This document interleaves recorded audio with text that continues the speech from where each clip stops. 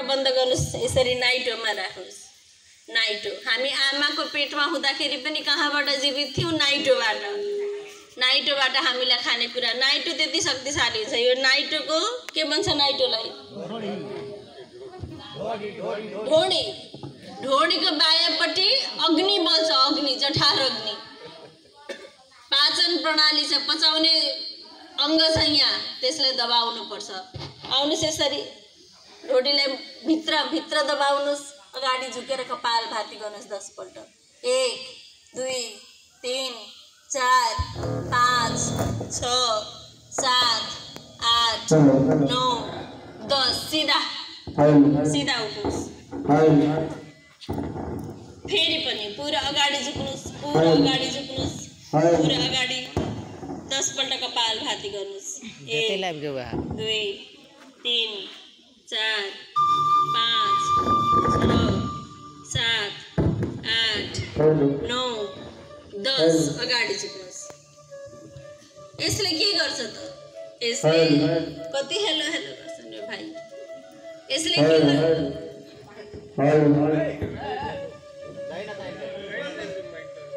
भयो यही माइले काम दिन्छ आज। आउने जति आइसक्यो।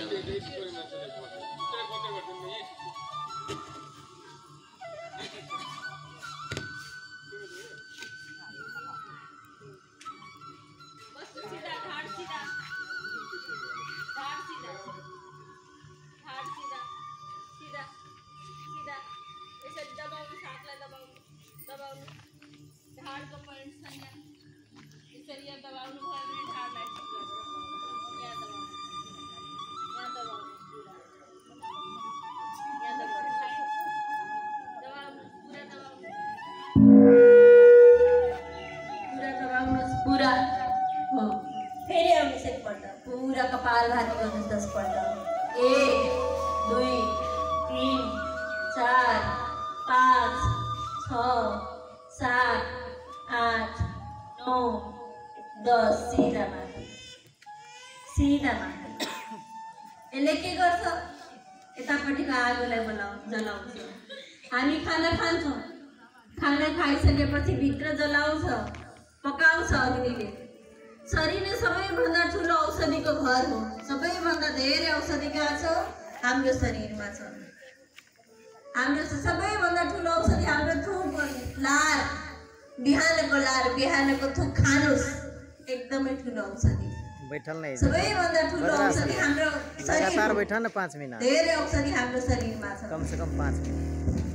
गाई गोरुहरूलाई घाउ भयो भने देख्नुहुन्छ हजुरहरू, त्यसलाई जिब्रोले चाटेर ठिक गर्छ। त्यसलाई औषधि लगाउनै पर्दैन। हाम्रो थुकमा, लारमा पनि यति नै औषधि छ। सबैभन्दा ठुलो औषधि भनेको हाम्रो आफ्नै शरीर हो। जब हामी यति गर्छौँ नि, शरीरले इन्सुलिन छोड्छ। सुगर रोगको लागि रामबाण, सुगर रोगलाई हटाइदिन्छ। पुरा ग्यासको समस्यालाई दूर राख्छ, ग्यासको समस्यालाई मुक्त गर्छ। श्वास लिएर माथि, देब्रे हात माथि, दाहिने हात, देब्रे हात माथि, दाहिने हात। फेरि पनि पुरा श्वास छोडेर अगाडि 10 पल्ट कपाल भाती। 1 2 3 4 5 6 7 8 9 10 श्वास लिएर माथि। नाम यसको मण्डुकासन हो, तर काम बन्दुकको गर्छ। एकपल्ट के भयो, स्वामीजी महाराजले आस्था च्यानलमा एकजनालाई बिरामीले बोलाउनु भयो। उसको सुगर एकदमै क्योर हटिसकेको थियो केही दिनमा। के गरेर हट्यो भनेर सोध्नु भयो। क्या करके हटाया? उसने बोला बंदूकासन। बंदूकासन? मैंने तो कभी नहीं सुना। बंदूकासन क्या जरा करके दिखाओ। तो उसने किया मंडूकासन। हाँ, मंडूकासन ने बंदूक का काम करता है। प्रत्येक जसलाई सुगरको समस्या छ, अस्ति धेरैजनाले हात उठाउनु भएको छ, तपाईहरुले 5 मिनेटसम्म यसरी कपाल भाती गर्नुपर्छ। 5 मिनेटसम्म। अनि घरमा गएर लौका र करेलाको जुस खायो भने जस्तो सुकै सुगर पनि हराएर जान्छ। जस्तो सुकै सुगर पनि। श्वास लिएर माथि। नीमको पत्ता छ घर वरिपरि, करेलाको सिजन छ। नीमको पत्ता र करेलालाई टुक्रा गर्नुस् एउटा परातमा, एउटा बाटामा, भाडामा। अलिकति नुन पनि राखिदिनुस्। त्यसपछि पैतालाले एकदमै खिच्नुस्।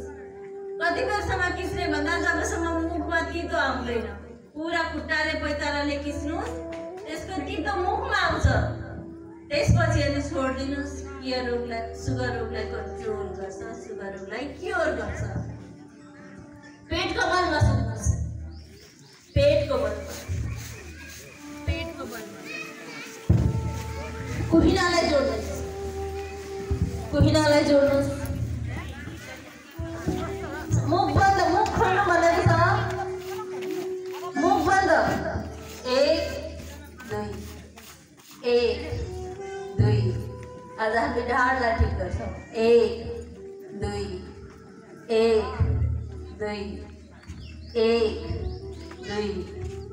दुईटैले पनि 1 2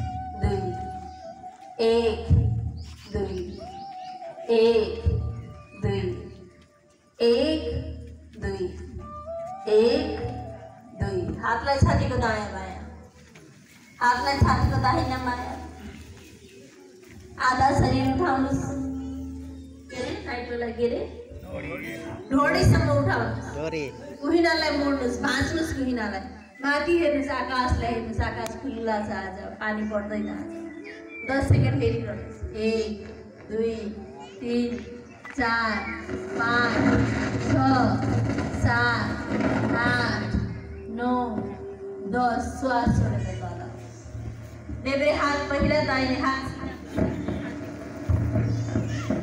ए भाइ पानी पर्दैन भन्यो बादल आकाश के गरे भाइ सिधा माथि तर्किनुहोस् आकाशलाई हेर्नुहोस् 15 सेकेन्डसम्म माथि हेर्नुहोस् 1 2 3 4 5 6 7 8 9 10 11 12 13 14 15 16 17 18 19 20 21 22 23 24 25 26 27 28 29 30 श्वास आया बिना आहा भन्नुपर्छ जहाँ दुख्छ के भन्नुपर्छ त्यो तहाँ ठिक भयो नो सम्म ठिक हुँदैन फेरि पनि उठ्नु 60 सेकेन्ड 1 मिनट पुरा सिधा सिधा सिधा उठ्नुहोस् माथि हेर्नुहोस् 1 2 3 4 5 6 7 8 9 10 11 12 13 14 15 16 17 18 19 20 21 22 23 24 25 26 27 28 29 30 35 40 45 50 55 60 आहा आहा पछाडि पिट्नु झाडलाई दुख्छ मलाई सम्झस पछाडि दण्ड दिनु शरीरलाई दण्ड धेरै माया नगर्नु शरीरलाई दाहिना हात अगाडि देब्रे हातलाई ढाड माथि राख्नुहोस् दाहिना अगाडि देब्रे हातलाई ढाड माथि दाहिना अगाडि देब्रे हातलाई ढाड उठाउनुहोस् 1 2 3 4 5 6 7 8 9 10 परिवर्तन गर्नुहोस् 1 2 3 4 5 6 7 8 9 10 दुईटै हातलाई ढाड माथि लग गर्नुहोस् दुईटै हातलाई पुरा छातीलाई उठाउनुहोस् 1 2 3 4 5 6 7 8 9 10 यसपछि यसरी एडीलाई पक्रिनुहोस् खुट्टालाई पक्रिनुहोस् तान्नुहोस् अलिकति 1 2 3 4 5 6 7 8 9 10। अब ढाडको बलमा लेट्नुहोस्, आकाश फर्केर, आकाशतिर फर्केर लेट्नुहोस्।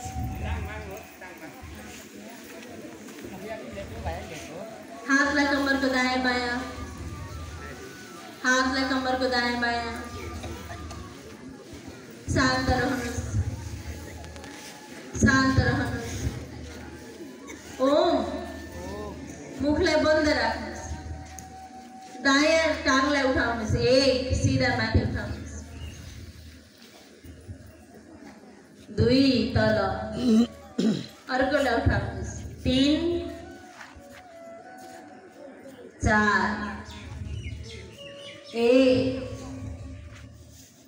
2 3 4 1 2 3 4। बिस्तारै साइकल चलाउनुहोस्, बिस्तारै बिस्तारै सुरल लाएर आउनुहोस् महिलाहरू। बिस्तारै साइकल चलाउनुहोस्, बिस्तारै बिस्तारै तल तल कुदाउनुहोस्। साइकल साइकल चलाउनुहोस्, बिस्तारै बिस्तारै बिस्तारै बिस्तारै चलाउनुहोस्। बिस्तारै बिस्तारै बिस्तारै बिस्तारै चलाउनुहोस्।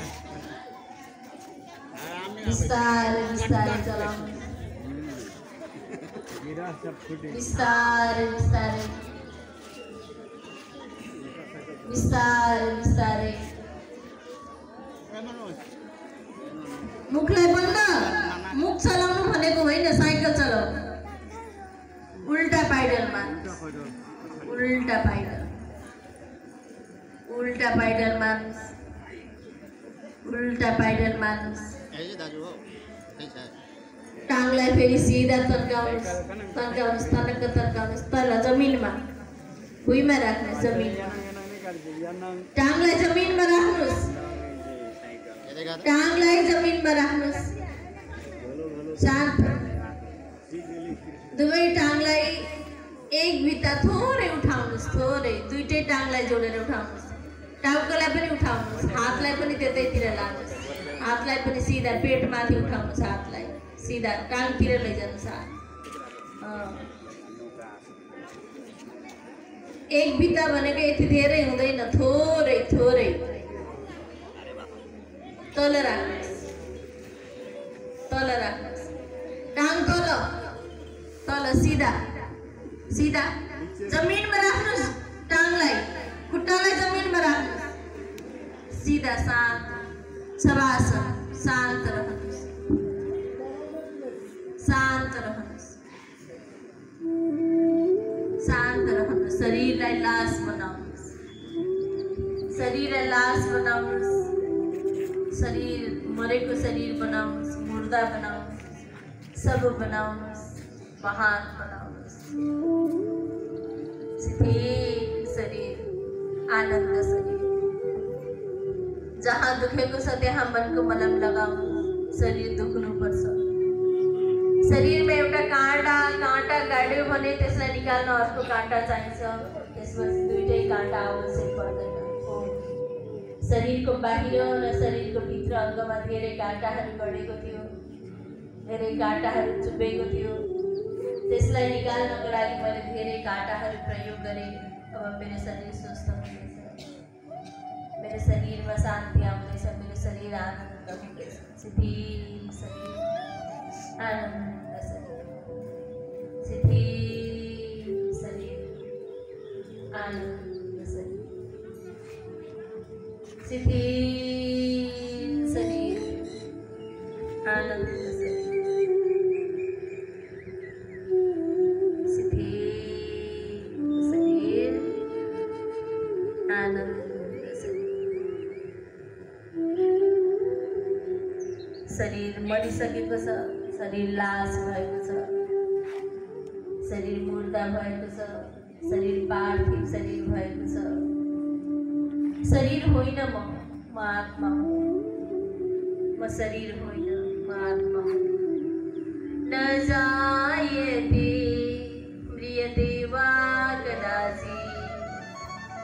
नायं भूत्वा भवितवान् भूयः अजो नित्यः शाश्वतोऽयं पुराणो न हन्यते हन्यमाने शरीरे न हन्यते हन्यमाने शरीरे।